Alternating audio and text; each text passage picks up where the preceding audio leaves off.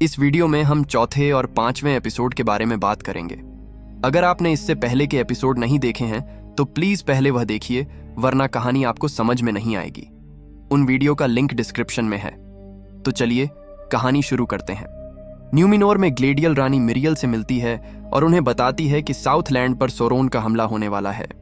वह कहती है, वह आपका भी उतना ही शत्रु है जितना हमारा। कभी हमने साथ मिलकर युद्ध लड़ा था और अब फिर वही समय आ गया है। हेलब्रांड, जो दक्षिण भूमि का खोया हुआ राजा है, आपकी मदद से अपना राज्य फिर से प्राप्त कर सकता है। रानी ध्यान से उसकी बात सुनती है, लेकिन प्रस्ताव ठुकरा देती हैं और जाने लगती हैं। ग्लेडियल गुस्से में आकर कहती है, फिर मुझे आपके असली राजा, आपके पिता महाराज से बात करनी होगी। दोनों के बीच बहस बढ़ जाती है और रानी मिरियल ग्लेडियल को राजद्रोह के आरोप में जेल में डाल देती है। इसी बीच एलेंडिल का बेटा इजल्डोर जानबूझकर समुद्री रक्षक बनने की परीक्षा में गलती कर देता है, क्योंकि वह यह जिम्मेदारी नहीं चाहता था। उसके साथ साथ उसके 2 दोस्तों को भी बर्खास्त कर दिया जाता है। उसका एक दोस्त, जो बचपन से समुद्री रक्षक बनना चाहता था, इजल्डोर से नाराज होकर उसे कड़वी बातें कहता है, जिससे दोनों के बीच दूरियां बढ़ जाती हैं। जेल में ग्लेडियल को धोखे से मारने फेराजोन आता है, पर वह उसे मात देकर महाराज के महल में पहुंच जाती है। वहां उसे पता चलता है कि महाराज बीमार हैं। ग्लेडियल मिरियल से माफी मांगती है और मिरियल उसे बताती है कि एक फौजी दल उसे मध्य भूमि तक सुरक्षित पहुंचा देगा। मिरियल उससे यह वादा भी लेती है कि वह महाराज की हालत का राज किसी से साझा नहीं करेगी। ग्लेडियल मिरियल के सामने दोस्ती का प्रस्ताव रखती है और पूछती है, जब आपके पिता का एल्फों से इतना अच्छा संबंध था तो आपने उनसे सारे संबंध क्यों तोड़ दिए? मिरियल बताती है कि उनके पिता ने एक दिन घोषणा की कि हमने वालार देवताओं का क्रोध भड़काया है और हमें पुराने रीति रिवाजों को अपनाकर एल्फों से फिर से मित्रता करनी होगी, पर जनता ने विद्रोह कर दिया और मुझे रानी बना दिया। मिरियल ग्लेडियल को एक गुप्त मणि दिखाती है और बताती है कि पहले ऐसी 7 दृष्टि मणियां हुआ करती थीं, बाकी 6 मणियां या तो खो गई या छुपा दी गई, पर एक दिन मेरे पिता को यह दृष्टि मणि मिली। जब ग्लेडियल उसे छूती है तो उसे न्यूमिनोर की तबाही का दृश्य दिखाई देता है। मिरियल कहती है, यह न्यूमिनोर का भविष्य है। वालार देवता हम पर क्रोधित हैं क्योंकि हमने पुरानी परंपराओं को तोड़कर एल्फों से संबंध तोड़ दिए। रानी ग्लेडियल को सम्मानपूर्वक मध्य धरती के लिए रवाना कर देती है, सोचते हुए कि इससे देवताओं का क्रोध शांत हो जाएगा। लेकिन तभी सफेद जीवन वृक्ष की पत्तियां टूटने लगती हैं, जिससे रानी मिरियल, फेराजोन और एलेंडिल डर जाते हैं। जीवन वृक्ष की पत्तियां झड़ने का मतलब न्यूमिनोर की तबाही का संकेत था। यह वालार देवताओं का संकेत था कि यदि इन्होंने जल्द ही बुराई के खिलाफ अच्छाई का साथ नहीं दिया तो वालार देवता इस द्वीप को डुबो देंगे। रानी मिरियल जल्दी से एक सभा बुलाती है और अपने लोगों से कहती है, हम जानते हैं कि श्वेत वृक्ष की पत्तियां झड़ना अशुभ संकेत है।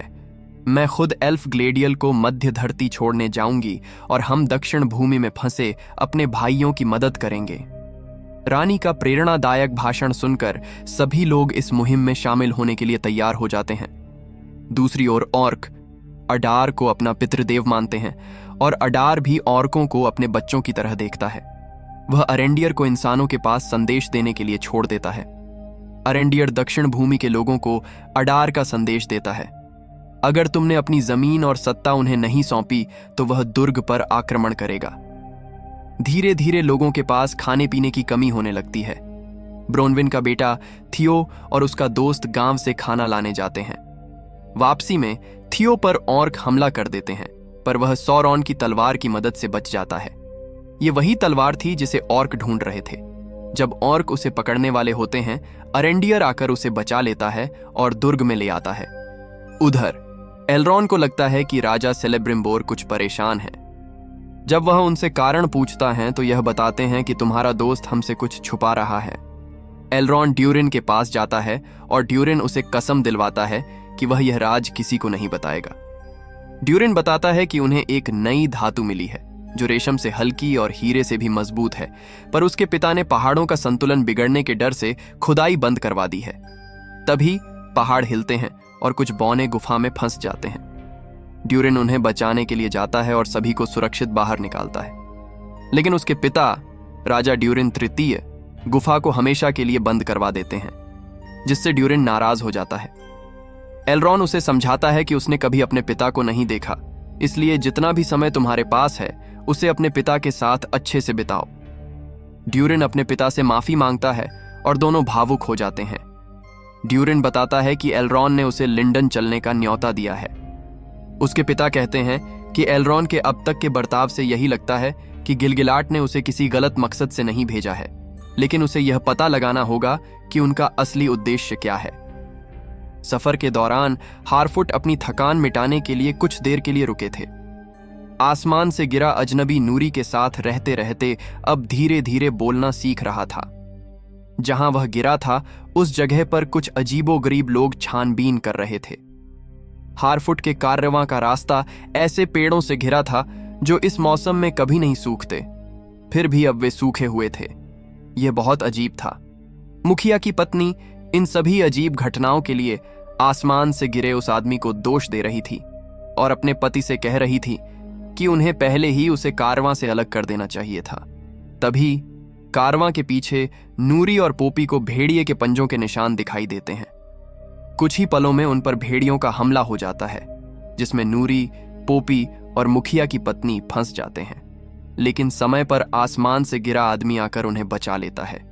इस तरह कारवां फिर से अपनी यात्रा जारी रखता है। सफर के दौरान वही अजनबी अपनी शक्तियों से पानी जमा रहा था। नूरी उसे रोकने की कोशिश करती है, लेकिन उसके हाथ भी जम जाते हैं और वह दूर जाकर गिरती है, जिससे वह डर कर भाग जाती है। दूसरी ओर साउथलैंड में एक और अडार को खबर देता है कि सुरंग तैयार हो चुकी है। अडार फौज को इकट्ठा करने का आदेश देता है, क्योंकि अब युद्ध का समय आ चुका था। ब्रोनवीन को अडार का संदेश मिलता है और वह गांव वालों से कहती है कि अगर वे ऑर्कों के सामने घुटने टेक दें तो शायद ऑर्क उन्हें छोड़ देंगे। अब गांव वालों के सामने यह फैसला करना था कि वे लड़ेंगे या झुकेंगे। ढाबे वाले की सलाह पर कई लोग ऑर्कों के सामने झुकने और अपनी जान बचाने को तैयार हो जाते हैं। कुछ लोग दुर्ग छोड़कर ऑर्कों की गुलामी स्वीकार करने के लिए चले जाते हैं। वहीं दुर्ग में अरेंडियर थियो को तीर चलाने की कला सिखा रहा था। वह थियो से सोरोन की तलवार लेकर ब्रोनवीन को बताता है कि यह तलवार दरअसल एक चाबी है जो ऑर्कों के लिए यहां हमेशा रहने लायक माहौल बनाएगी। हालांकि यह कैसे होगा उसे भी नहीं पता। अडार का दिया हुआ समय समाप्त हो जाता है और वह अपनी सेना के साथ दुर्ग पर हमला कर देता है। न्यूमिनोर में इजल्डोर हमेशा से ही मध्य धरती जाना चाहता था और आज उसे यह मौका मिल रहा था। वह अपने पिता से इस अभियान में शामिल होने की अनुमति मांगता है, लेकिन एलेंडियल उसे मना कर देता है। महल में रानी मिरियल, ग्लेडियल और हेलब्रेंड के साथ युद्ध की योजनाएं बना रही थीं। तभी रानी को संदेश मिलता है कि उनके पिता ने उन्हें बुलाया है। रानी मिरियल के पिता उन्हें समझाते हैं कि उन्हें वहां नहीं जाना चाहिए, क्योंकि वहां केवल अंधकार ही मिलेगा। यह सुनकर रानी के सामने असमंजस की स्थिति पैदा हो जाती है कि वह इस अभियान को रोके या जारी रखे। न्यूमिनोर की जनता इस युद्ध के खिलाफ थी, क्योंकि उनका मानना था कि वे अपने द्वीप पर सुरक्षित हैं और उन्हें बेवजह एल्फों की मदद नहीं करनी चाहिए। एलेंडियल की बेटी एरियन भी इस विचार से सहमत थी। उसका प्रेमी केमेथ भी इस अभियान को रोकना चाहता था, इसलिए वह अपने पिता फेराजोन से बात करता है। फेराजोन उसे समझाता है कि वे जल्द ही एल्फों पर हावी हो जाएंगे, क्योंकि जब वे मध्य धरती के लोगों को उनका राजा लौट आएंगे तो वह राजा हमेशा उनका ऋणी रहेगा। इस वजह से न्यूमिनोर को कीमती सामान, जंगल और रसद मिलता रहेगा, इसलिए वह इस अभियान को रोकने का कोई इरादा नहीं रखता। बाहर युद्ध की तैयारी कर रहे योद्धाओं को ग्लेडियल संतुलन बनाए रखते हुए युद्ध करने की कला सिखाती है।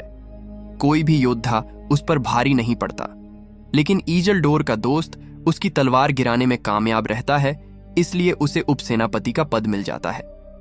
इजल्डोर उससे माफी मांगता है और अभियान में शामिल होने की गुजारिश करता है, लेकिन उसका दोस्त उसे मना कर देता है, यह कहकर कि वह उसकी जिम्मेदारी नहीं ले सकता, क्योंकि इजल्डोर कभी भी अभियान से भाग सकता है। फिर भी वह इजल्डोर को अपना सबसे अच्छा दोस्त मानता है और कहता है कि काश उसे जिंदगी में ऐसा मकसद मिल जाए जिसके लिए वह सब कुछ छोड़कर लड़ सके। केमेथ हर हाल में इस अभियान को रोकना चाहता था, इसलिए वह जहाजों को उड़ाने की योजना बनाता है। इजल्डोर उसे रोकने की कोशिश करता है, लेकिन तभी एक जहाज में आग लग जाती है और विस्फोट हो जाता है। इजल्डोर केमेथ को बचाकर किनारे तक ले आता है। एलेंडियल आकर इजल्डोर से घटना का कारण पूछता है और इजल्डोर बताता है कि जहाज में तेल रिसाव हो रहा था जिससे आग लगी। केमेथ भी इजल्डोर की बात का समर्थन करता है। इस विस्फोट के कारण और जनता की नाराजगी को देखते हुए फेराजोन रानी मिरियल को सुझाव देता है कि उन्हें इस अभियान को कुछ समय के लिए रोक देना चाहिए, लेकिन ग्लेडियल जोर देकर कहती है कि दुश्मन लगातार ताकतवर हो रहा है, इसलिए उन्हें जल्द से जल्द कूच करना चाहिए। मिरियल निर्णय सभा में लेने का वादा करती है। अगले दिन सभा युद्ध पर जाने की मंजूरी दे देती है और इजल्डोर को भी युद्ध पर जाने की स्वीकृति मिल जाती है। इसी बीच खाजा दूम से राजकुमार ड्यूरिन लिंडन आते हैं और वहां एल्फों और बॉनो के बीच शांति संधि होती है। एलरॉन राजा गिलगिलाट से कहता है कि वह खाजा दूम अपने मित्र के लिए गया था, लेकिन राजा का उसे भेजने का एक और मकसद था। दरअसल सदियों पहले एक पेड़ में प्रकाश रत्न छिपा था जिसकी रोशनी कभी खत्म नहीं होती थी। ऑर्कों द्वारा नष्ट किए जाने से पहले उस पेड़ का प्रकाश रत्न पहाड़ियों में रम गया था। राजा गिलगिलाट ने एलरॉन को उसी धातु की खोज के लिए खाजा दूम भेजा था। राजा पूछते हैं कि क्या बॉनो ने वह धातु खोज ली है। एलरॉन राजा से कहता है कि वह कुछ नहीं बता सकता क्योंकि उसने उनकी गोपनीयता की कसम खाई है। राजा गिलगिलाट एलरॉन को एल्फों को सदैव रोशनी प्रदान करने वाले पेड़ के पास लाते हैं और बताते हैं कि यह पेड़ लगातार धीरे धीरे सड़ रहा है और उसी के साथ इसकी रोशनी भी धीरे धीरे खत्म हो रही है। जब इस पेड़ की रोशनी पूरी तरह समाप्त हो जाएगी तो इसी के साथ हम एल्फों का अस्तित्व भी इस पृथ्वी से समाप्त हो जाएगा। फिर वह एलरॉन से फिर से पूछते हैं कि क्या बॉनो ने वह धातु खोज ली है, लेकिन एलरॉन अभी भी कुछ नहीं बताता। संधि के बाद ड्यूरिन खाजा दूम वापस जा रहा था। यहां पर एलरॉन उसे बताता है कि मैंने तुमसे कुछ छुपाया है। दरअसल खाजा दूम आने की मेरी वजह मित्रता नहीं, कुछ और थी जिसका मुझे पता भी नहीं था।